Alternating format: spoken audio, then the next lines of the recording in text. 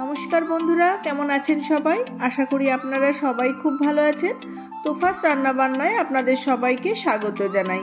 সামনেই আসছে ক্রিসমাস। এই ক্রিসমাসে আমরা প্রত্যেকেই নানান রকমের কেক খেয়ে থাকি। তাই আমার আজকের recipe eggless alcohol free plum cake. আর শেষে যদি আমার রেসিপি আপনাদের ভালো লেগে থাকে তাহলে অবশ্যই একটা লাইক, কমেন্ট ও শেয়ার করুন। আর প্লিজ আমার চ্যানেলটি সাবস্ক্রাইব করে আমার পাশে থাকার অনুরোধ রইল। প্লাম কেক তৈরি করার জন্য আমার প্রথমেই লাগছে কিছু ড্রাই ফ্রুটস। প্রথমেই নিয়ে নিচ্ছি 50 গ্রাম কালো কিশমিশ, নিয়ে নিয়েছি 50 গ্রাম ব্রাউন কিশমিশ, 50 গ্রাম রাফলি চপড অ্যালমন্ড, মেলান সিডস 50 গ্রাম, রাফলি চপড কাজু বাদাম 50 গ্রাম, আর নিয়ে নিচ্ছি 100 গ্রাম টুটি ফুটি, আর নিয়ে নেব 250 গ্রাম ছোট ছোট টুকরো করা মোরব্বা। এবার দিয়ে দেব ফ্রেশলি স্কুইজড অরেঞ্জ জুস। আপনারা চাইলে টেট্রা প্যাকও ইউজ করতে পারেন। অরেঞ্জ জুসটাকে আমি সমস্ত ড্রাই ফ্রুটসের উপরে ঢেলে দিচ্ছি, আর পরিমাণে এতটাই ঢালবো যাতে করে ড্রাই ফ্রুটসগুলো সব এই জুসের মধ্যে ডুবে যায়। এবার চামচ দিয়ে একটু নেড়ে মিশিয়ে দিচ্ছি, আর বেস্ট রেজাল্ট পাওয়ার জন্য একটা ঢাকা দিয়ে 24 আওয়ার্স রেখে দেবো। আপনারা যদি ইনস্ট্যান্ট করতে চান তাহলে মাইক্রোওয়েভে 1 মিনিট দিয়ে দেবেন, তাহলে ড্রাই ফ্রুটসগুলো সব প্লাম্প হয়ে যাবে। এবার আমি ক্যারামেল তৈরি করে নেব। আমি আগে থেকেই কড়াইটাকে গ্যাসে বসিয়ে দিয়েছিলাম, আর কড়াইটা খুব ভালো করে গরম করে নেওয়ার পর 1/4 কাপ চিনি আমি কড়াইয়ের মধ্যে দিয়ে দিলাম। চিনি দেওয়ার পর আমি একদম নাড়াচাড়া করব না। আপনারা দেখতে পাচ্ছেন আমি চিনিটাকে এভাবেই রেখে দিয়েছি যতক্ষণ না চিনিটা নিজে থেকেই মেল্ট হয়ে যায়। এবার চিনিটা আস্তে আস্তে মেল্ট হতে শুরু করেছে। দেখুন চিনিটা একদম মেল্ট হয়ে গেছে। এবার আমি একটু নেড়ে চেড়ে দিচ্ছি, আর এর মধ্যে আমি দিয়ে দেবো 1/4 কাপ আখের গুড়। চিনিটা খুব সুন্দরভাবে ক্যারামেল হয়ে গেছে। এবার আমি গুড়টাকে এর মধ্যে অ্যাড করে দিচ্ছি। আর ক্যারামেল তৈরি করার সময় গ্যাসের ফ্লেমটাকে লো টু মিডিয়ামে রেখে দেবো। দেখুন আমি এবার গুড়টাকেও ভালো করে মেল্ট করে নিচ্ছি। এই পর্যায়ে আমি গ্যাসটাকে অফ করে দিয়ে গুড়টাকে একটু ঠান্ডা করে নেব। আর গুড়টা একটু ঠান্ডা হয়ে গেলে এর মধ্যে আমি দিয়ে দিচ্ছি 200 ml জল, আর জলটাকে অল্প অল্প করে ঢেলে দেব, না হলে গরম গুড় ছিটকে অ্যাক্সিডেন্ট হতে পারে। এবার জলের সাথে গুড়টাকে ভালো করে মিশিয়ে গুলে নিয়ে এটাকে আমি আরেকটু ফুটিয়ে একটা সিরাপ তৈরি করে নেব। ক্যারামেল সিরাপ রেডি হয়ে গেছে, গ্যাস অফ করে দেব। এবার আমি কেকের ব্যাটারটা রেডি করে নিই। তার জন্য আমি নিয়ে নিয়েছি 1/2 কাপ দুধ। আমি এখানে খুব গরম অথবা ঠান্ডা দুধ নিইনি, নর্মাল টেম্পারেচারে রাখা দুধ আমি নিয়েছি। আর নিয়ে নিয়েছি 1/4 কাপ পরিমাণে ব্রাউন সুগার পাউডার। আপনাদের কাছে যদি এটা না থাকে আপনারা নর্মাল চিনিও ব্যবহার করতে পারেন।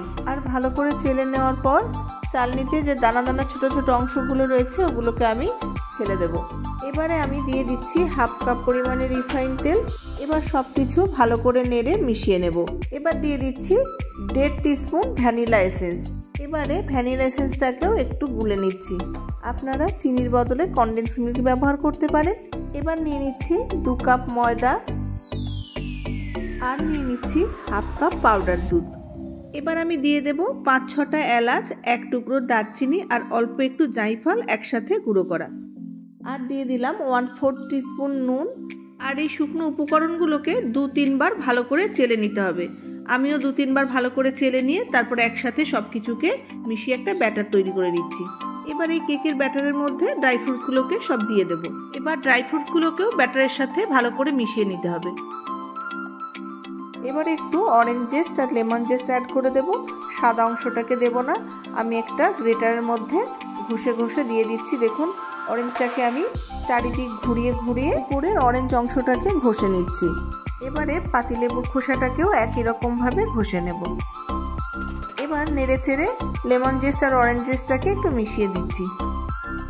এবার ক্যারামেল সিরাপটাকে ঢেলে দিচ্ছি আর খুব ভালো করে মিশিয়ে নেব। কেকের ব্যাটার মোটামুটি রেডি হয়ে গেছে। আর ঘনত্বটা আপনারা দেখতেই পাচ্ছেন, খুব বেশি পাতলাও করিনি, আবার খুব বেশি আমি ঘনও করে নিইনি। এবার আমি কেকের মোল্ডটাকে রেডি করে নেব। প্রথমে একটু রিফাইন তেল খুব ভালো করে কেক মোল্ডের ভিতরে ব্রাশ করে নিচ্ছি। এবার একটা বাটার পেপার কেকের মোল্ডের মাপ করে সুন্দর করে কেটে নিয়ে মাঝখানে বসিয়ে দিলাম। আরও কিছুটা বাটার পেপার আমি লম্বা করে কেটে নিয়েছি, আর কেক মোল্ডের গায়ে চারিদিকে লাগিয়ে দিলাম। আজকের কেকটাকে আমি মাইক্রোওয়েভে বানাবো, তাই মাইক্রোওয়েভটাকে আমি এবার প্রিহিট করতে দিয়ে দেবো। 180 ডিগ্রি টেম্পারেচারে আমি প্রিহিট করতে দিয়ে দিলাম। আপনারা যদি এটা গ্যাসের ওভেনে করতে চান তাহলে সেটাও করতে পারেন, কোনো অসুবিধা নেই।